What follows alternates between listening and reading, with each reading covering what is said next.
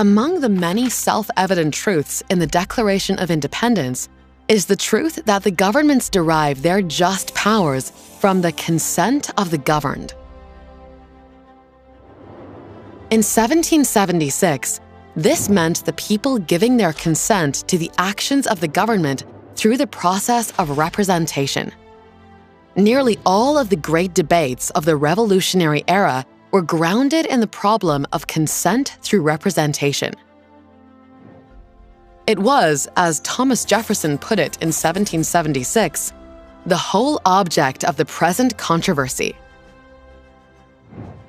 Serious discussion of consent through representation began with the Stamp Act in 1765, which levied a tax on many colonial paper products.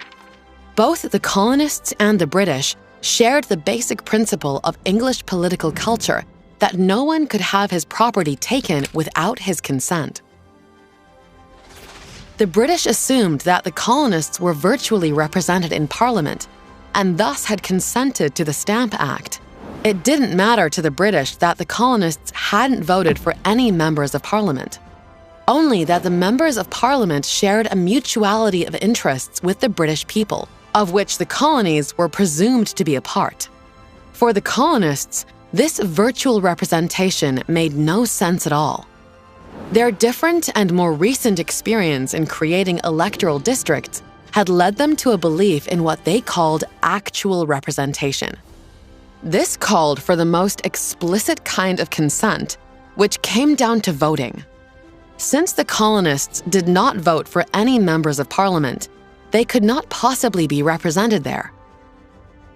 This belief in actual representation led to one of the most famous rallying cries of the colonists: "No taxation without representation."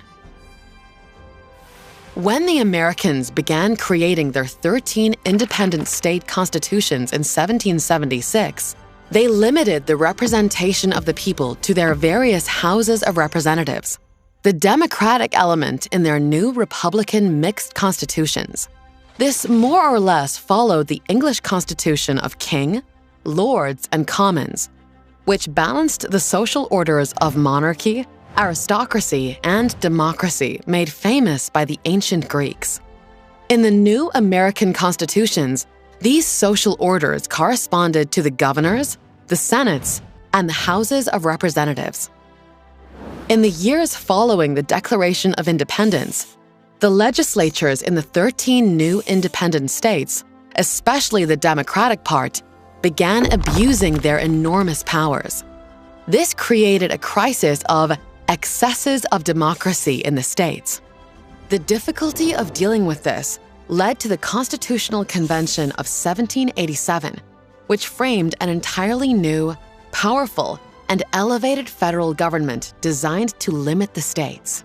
So elevated and powerful was the new central government that its proponents, the Federalists, were hard put to defend it. Its opponents, the Anti-Federalists, mounted powerful and persuasive arguments, condemning the new, distant government as too consolidated, too aristocratic, too contrary to the libertarian spirit of 1776, and so far removed from the people as to violate the principle of consent of the governed. The challenge for the Federalists was to deal with this problem of sovereignty and make the Constitution more popular than it appeared.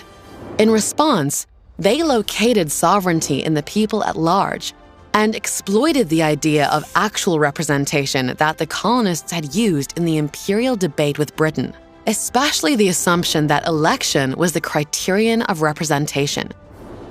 In the process, they transformed the Americans' thinking about the nature of their governments. The Federalists argued that all parts of the new government, even appointed judges, were now agents or representatives of the people.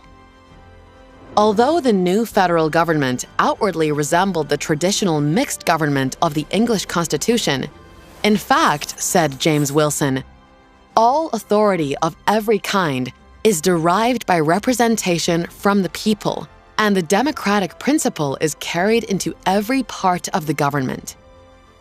In Britain, Once the people elected a parliament, they ceased to exist legally or politically until the next election.